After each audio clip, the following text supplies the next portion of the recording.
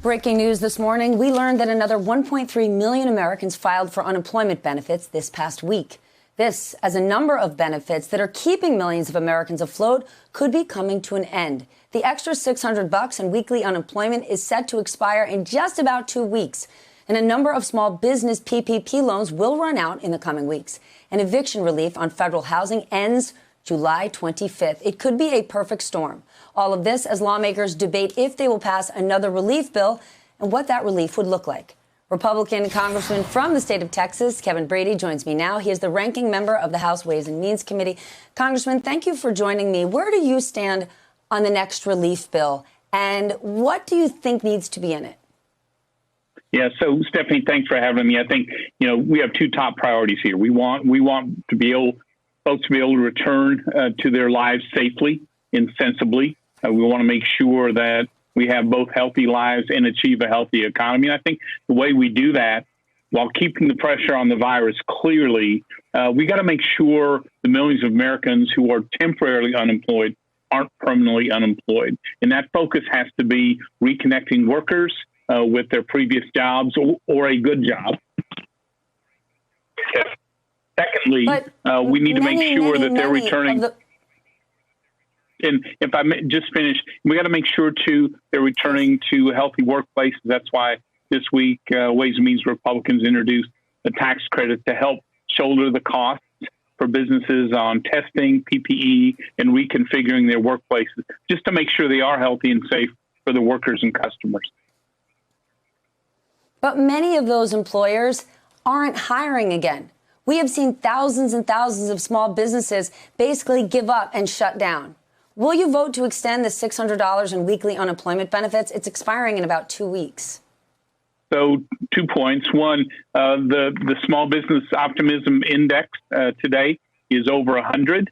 It hasn't been that level since before the COVID-19 pandemic.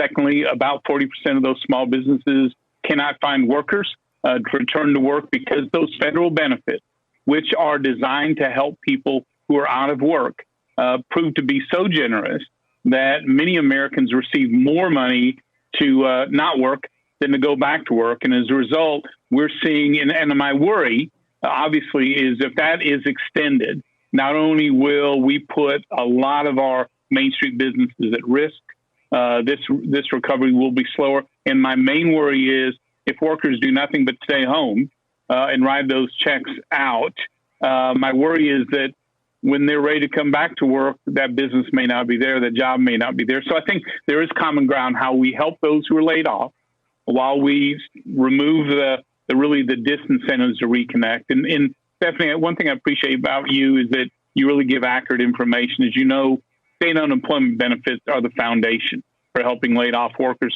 They've been extended in most states for a full year. That's the social safety net right there. The question is, how do we help people at the federal level who are laid off, but also help them reconnect?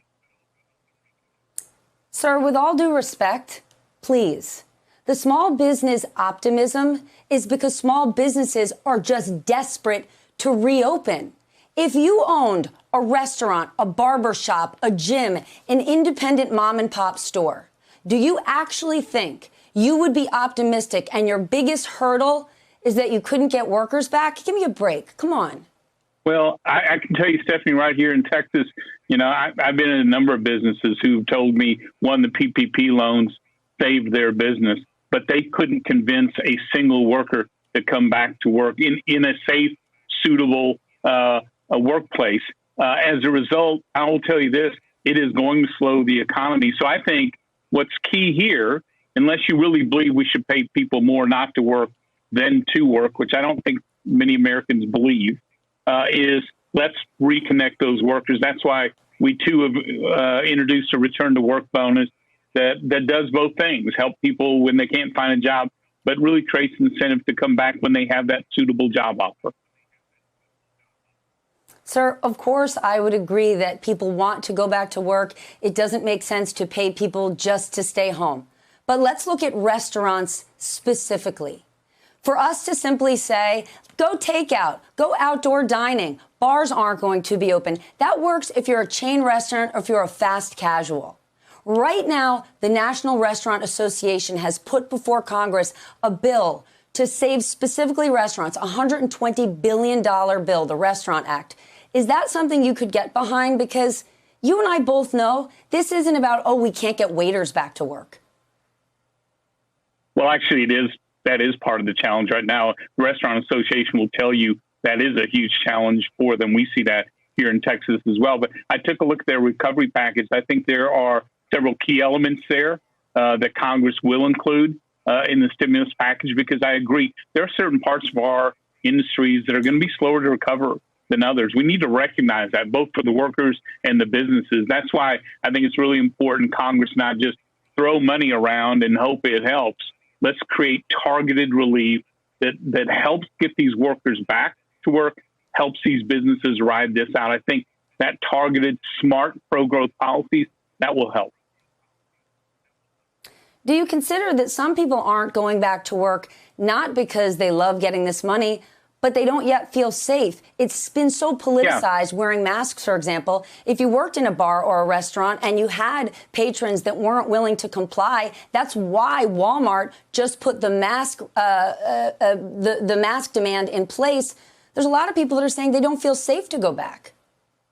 Yeah. So in Texas, for example, if you don't feel safe going back, you don't have to accept that job offer. I think that makes great sense. But I also see businesses that are now taking very seriously the requirements for social distancing, for the PPE, for testing, for masks where social distancing isn't possible. But the truth of the matter, the cases we're seeing in Texas, and we're seeing a lot of them, aren't coming from people at work, other than in the healthcare industry, as you would imagine. It's not coming from the interactions in the retail establishment. It is in the social interactions, that under 35 age group. That's where our biggest challenge is. And what I've seen over the last several weeks is a dramatic increased urgency by the governor and local businesses to get people to set the tone themselves in their business with their workers and their customers. I think that's going to help us make this flare-up manageable so that, again, people can return to their lives safely. Hey there, I'm Chris Hayes from MSNBC. Thanks for watching MSNBC on YouTube. If you want to keep up to date with the videos we're putting out, you can click subscribe just below me or click over on this list to see lots of other great videos.